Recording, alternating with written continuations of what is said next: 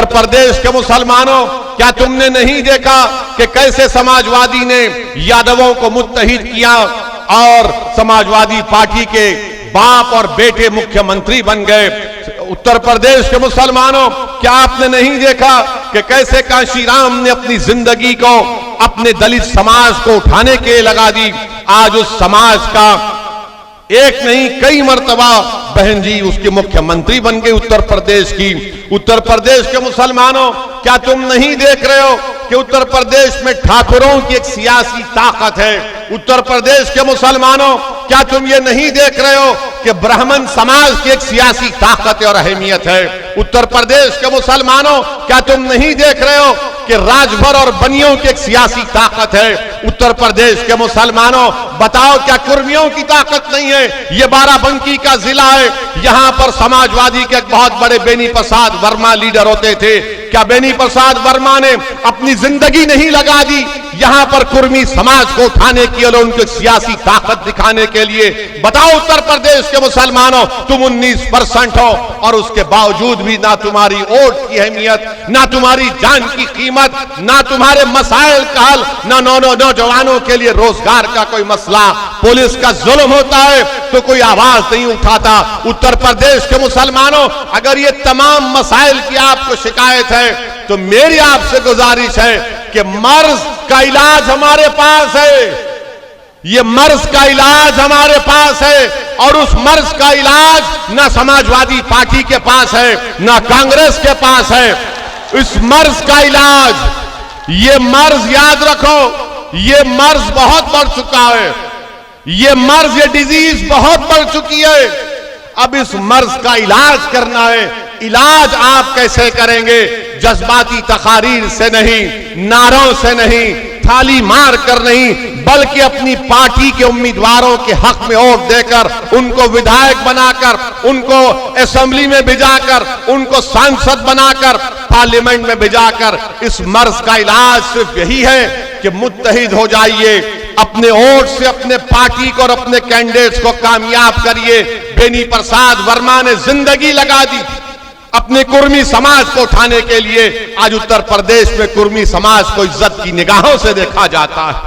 बताओ उत्तर प्रदेश के मुसलमानों, तुम्हारी जान की कीमत नहीं, तुम्हारी वोट की अहमियत नहीं, तुम्हारे कोई मसाइल को हल नहीं किया जाता। औज़ुबिल्लाहि मिनश शैतानिर रजीम, बिस्मिल्लाहिर रहमानिर रहीम, अस्सलामु अलैकुम व रहमतुल्लाहि व बरकातुहू। मोहतरम जनाब शौकत साहब, सदर उत्तर प्रदेश मजलिस इत्तेहादुल मुस्लिमीन,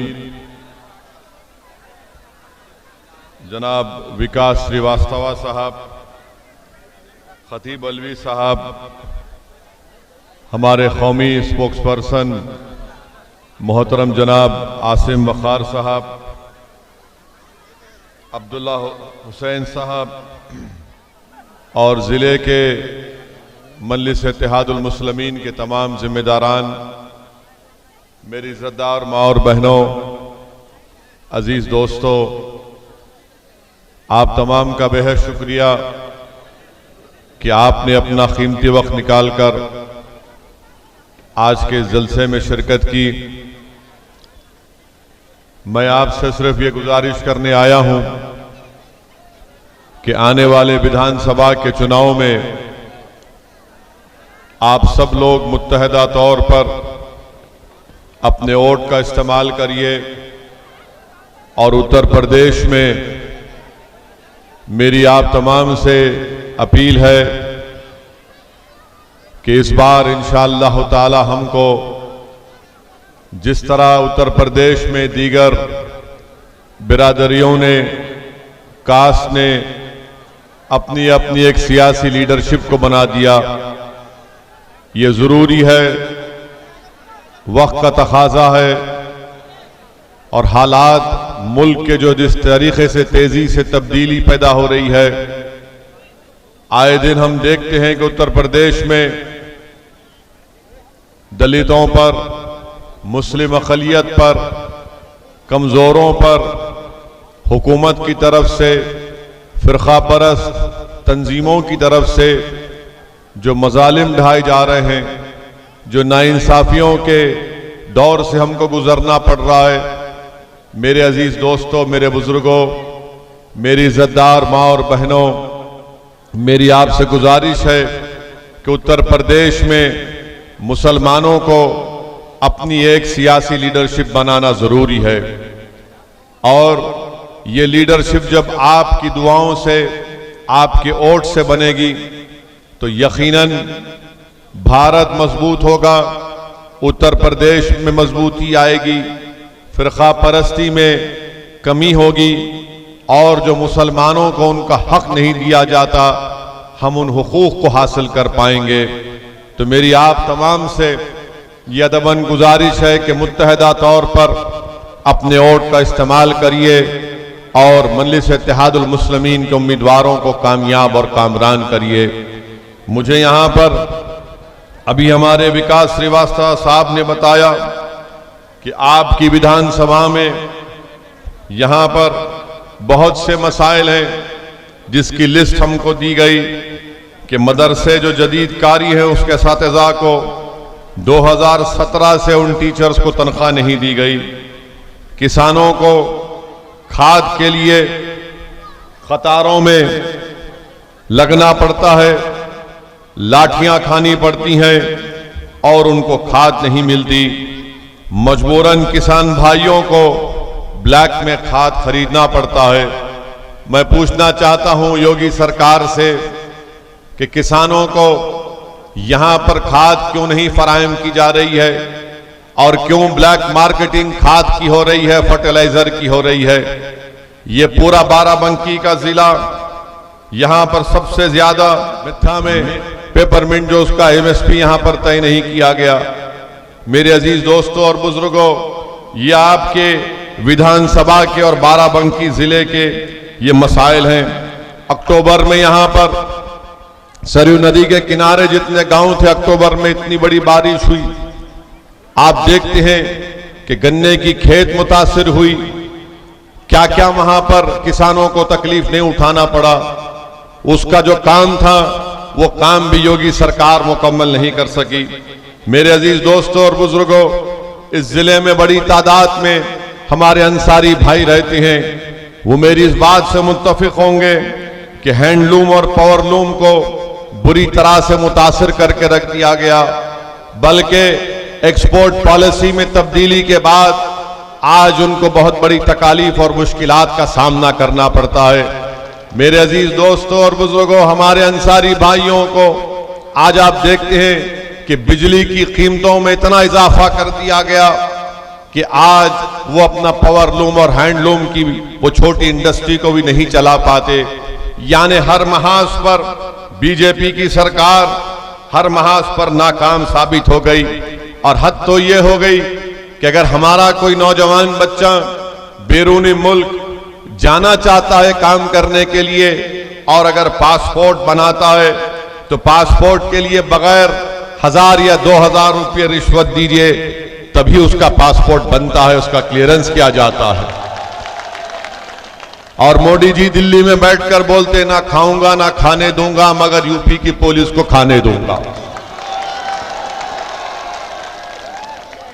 यानी पासपोर्ट बनने के लिए 1000 से 2000 रुपए की रिश्वत देनी पड़ती है।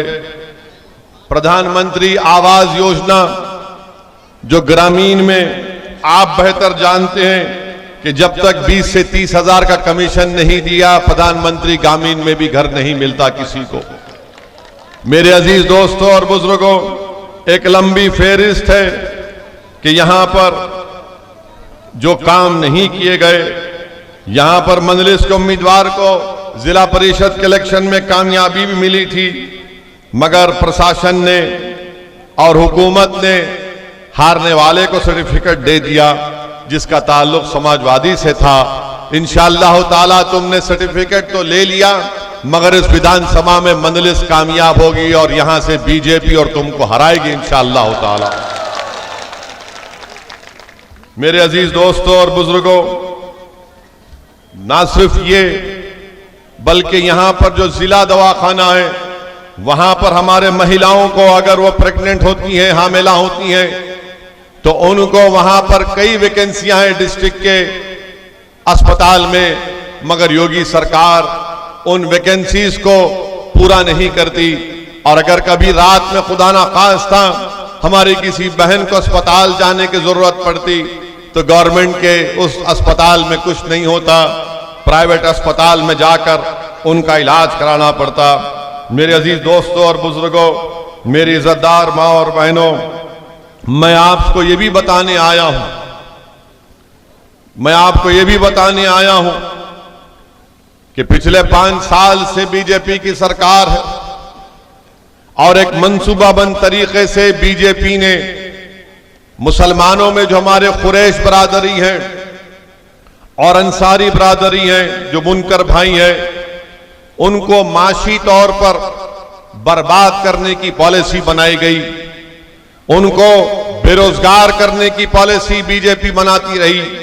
आज आप देखते हैं कि उत्तर प्रदेश में जो कुरैश बरादरी के लोग हैं उन पर गोश्त की पाबंदी लगा दी गई और जो फैक्ट्री स्लॉटर हाउसेस थे उनको बजाय रेगुलाइज किया जाता, उनको परमिशन दिया जाता, उसको बंद करके रख दिया गया, जिससे हजारों की तादाद में रोजगार मुतासिर हुआ है।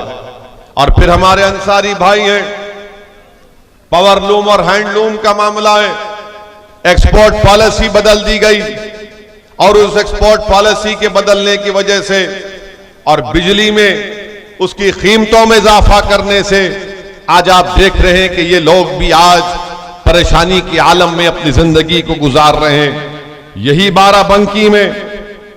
बाराबंकी के जैदपुर शहर में वो विधानसभा भी है, वहां का हैंडलूम मशहूर था, मगर आज आप जाकर देखिए सिर्फ 1000 हैंडलूम के बचे हुए हैं, वरना एक जमाने में वहां का जो बनता था कपड़ा वो सारी दुनिया में जाता था। इसका जिम्मेदार कौन है? इसका जिम्मेदार बीजेपी की सरकार है।